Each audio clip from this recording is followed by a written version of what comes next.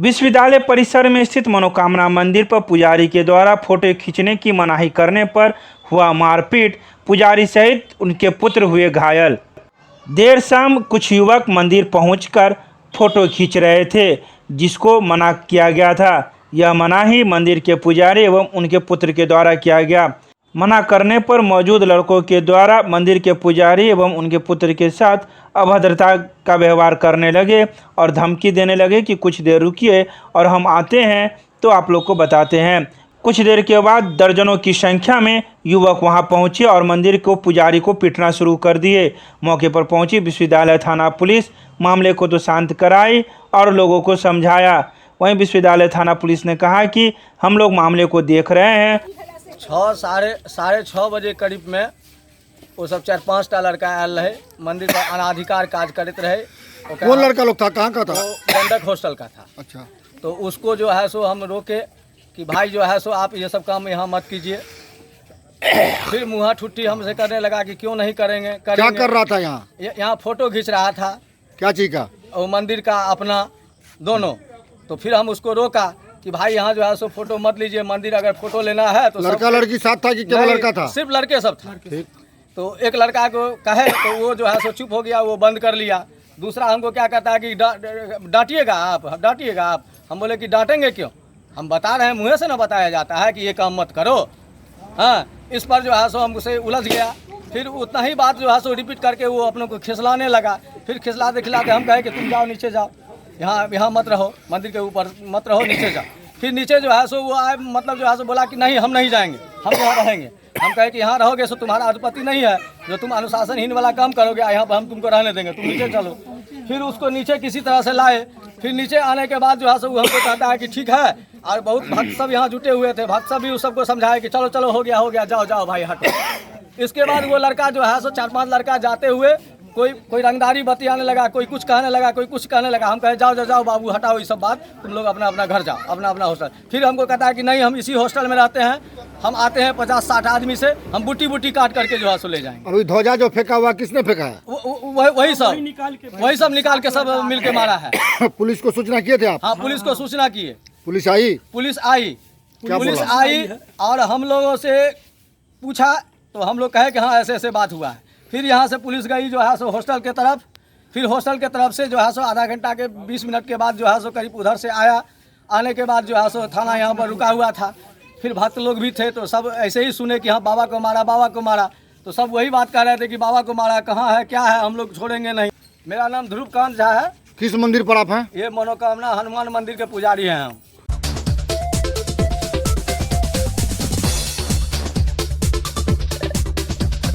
दरभंगा के दिल्ली मोड़ के पास स्थित बस स्टैंड के अंदर रह रहे अवैध रूप से लोगों को हटाया गया।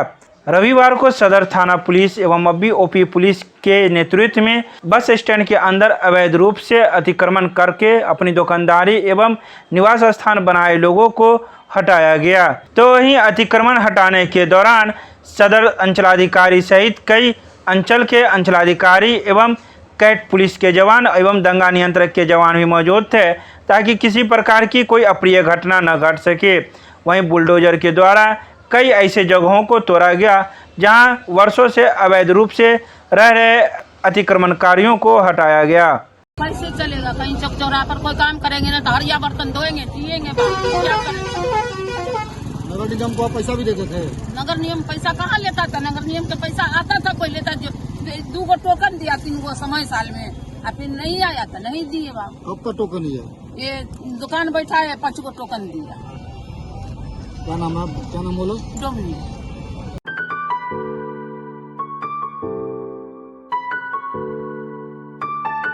27 सितंबर को भारत बंद के समर्थन में निकाला गया कैंडल मार्च। यह कैंडल मार्च अखिल भारतीय किसान संघर्ष समन्वय समिति के आह्वान पर भारत बंद को सफल बनाने व आम जनों से बंदी के सहयोग के लिए कॉमरेड भोगेंद्र झा चौक से टावर चौक स्थित महात्मा गांधी के स्मारक तक कैंडल मार्च निकाला गया। यह कैंडल मार्च रविवार की देर शाम निकाला गया। मार्च का नेतृत्व किसान सभा के जिला अध्यक्ष राजीव कुमार चौधरी, मजदूर नेता भूषण मंडल और युवा नेता गोपाल ठाकुर ने संयुक्त रूप से किया। मार्च के उपरांत किसान सभा के लिए जिला अध्यक्ष राजीव कुमार चौधरी की अध्यक्षता में एक सभा हुई, जिसको संबोधित करते हुए किसान नेता नारायण जी झा ने कहा कि यह सरकार एक एक सभी सरकारी संसाधनों को अपने मित्र उद्योगपतियों के हाथों गिरवी रख दिए हैं। किसान अपनी मांगों को लेकर दिल्ली के बॉर्डर पर आंदोलनरत है। सैकड़ों किसान अपनी जान गंवा चुके हैं। देश के अलग अलग हिस्सों में किसानों का व्यापक आंदोलन चल रहा है, लेकिन सरकार किसानों की मांग सुनने की बजाय उस पर लाठियां बरसा रही है।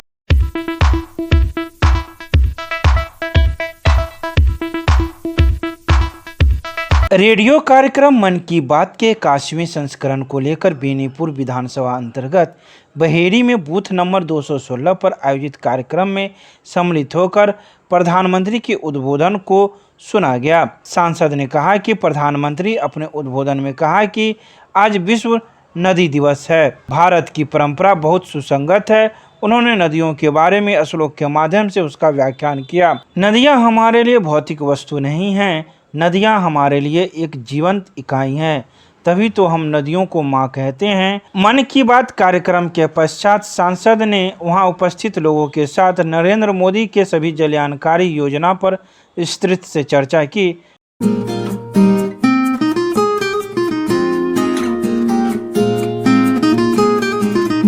इग्नू के जुलाई 2021 सत्र में नामांकन व असाइनमेंट जमा करने की अंतिम तिथि 30 सितंबर तक की गई है विस्तारित। इस बात की जानकारी सीएम महाविद्यालय में चल रहे इग्नू अध्ययन केंद्र के समन्वयक डॉक्टर RN चौरसिया ने एक महत्वपूर्ण बैठक में दी। उन्होंने कहा कि 3 अगस्त से 9 सितंबर 2021 तक इग्नू की कदाचार मुक्त शांतिपूर्ण परीक्षाएं संपन्न हुई है। शिक्षकों एवं कर्मचारियों को उन्होंने इसके लिए धन्यवाद दिया है। साथ ही उन्होंने कहा कि विश्व का सबसे बड़ा विश्वविद्यालय इग्नू युवाओं को डिग्री के साथ ही उच्च गुणवत्तापूर्ण शिक्षा प्रदान करता है। इग्नू के जुलाई 2021 सत्र में नामांकन की अंतिम तिथि तथा दिसंबर 2021 की टर्म एंड परीक्षा के असाइनमेंट जमा करने की अंतिम तिथि 30 सितंबर तक विस्तारित की गई है, जिसका अधिक से अधिक लाभ छात्र उठा सकते हैं। उन्हें हमारे टीचर जो काउंसलर हैं वो उनके बढ़िया से बताते हैं और छात्रों के जो भी समस्याएं हैं उनका निदान ऑनलाइन ऑफलाइन माध्यम से करते हैं। जो छात्र सेंटर पर आते हैं तो हमें कर्मचारी हमेशा तैनात रहते हैं। उससे किसी प्रकार की दिक्कत है कि रजिस्टर हम लोगों ने बना रखा है, जिसमें वो अपनी समस्याओं को लिखते हैं और उसका निदान हम लोग यथासमय शीघ्रता से करने का प्रयास करते हैं। इसमें चोरियां नहीं चलती हैं। बहुत सारे डिस्टेंस मोड में होते हैं। जब छात्र डिग्री देने जाते हैं तो इग्नू में जो छात्र नामांकित लेते हैं, नामांकन लेते हैं, यहाँ पर छात्र को छात्र नहीं बोला जाता है, बल्कि लर्नर बोला जाता है। लर्नर मतलब अध्येता।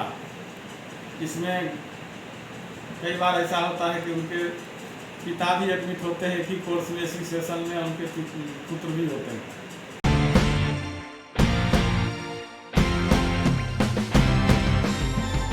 26 सितंबर को पल्स पोलियो चक्र का जिला स्तरीय कार्यक्रम का उद्घाटन civil surgeon doctor Anil Kumar के द्वारा नवजात बच्चे को पोलियो खुराक पिलाकर प्राथमिक स्वास्थ्य केंद्र में किया गया।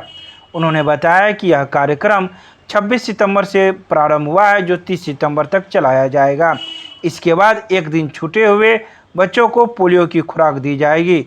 इस कार्यक्रम के तहत एक भी लक्षित बच्चा पोलियो की खुराक से वंचित न हो, इसका पूरा ख्याल रखा जाएगा।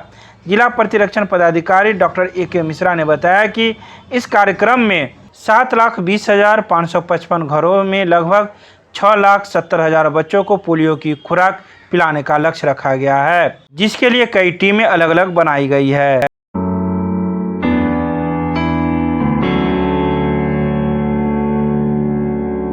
मिथिलाक्षर साक्षरता अभियान का 8वां स्थापना दिवस समारोह हुआ प्रारंभ।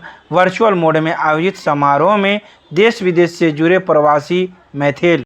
समारोह का शुभारंभ विद्यापति सेवा संस्थान के महासचिव डॉक्टर बैद्यनाथ चौधरी बैजू, वरिष्ठ साहित्यकार व भारत निर्वाचन आयोग के दरभंगा जिला स्वीप आइकॉन मणिकांत झा, नीलम झा, आकाशवाणी दरभंगा के वर्चित गायक दीपक कुमार झा एवं मिथिलाक्षर साक्षरता अभियान के वरिष्ठ संरक्षक प्रवीण कुमार झा ने संयुक्त रूप से दीप प्रज्वलन कर किया।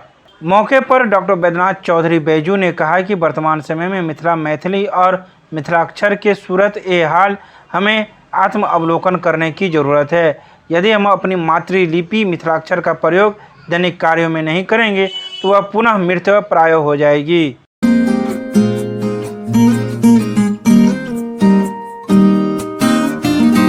भारतीय जनता पार्टी जिला द्वारा मन की बात कार्यक्रम ग्रामीण मंडल के घोरघट्टा पंचायत के बूथ नंबर 101 पर इस कार्यक्रम में आए प्रदेश प्रभारी के रूप में विधायक जनक सिंह के साथ सुना गया। उन्होंने कहा कि प्रधानमंत्री फिर एक बार बिहार का जिक्र कर आह्लादित कर दिए हैं। छठ बिहार का महत्वपूर्ण आस्था का पर्व है जो नदी किनारे मनाया जाता है। आज ज़रूरत है विलुप्त हो रहे नदी को बचाने की। माध्यम जो हो लेकिन बचाना ही चाहिए। सरकार हो, समाजसेवी संगठन हो या धार्मिक अनुष्ठान के कारण हो, इसी परंपरा का प्रयास आस्था हमारी नदियों को बचाए हुए है।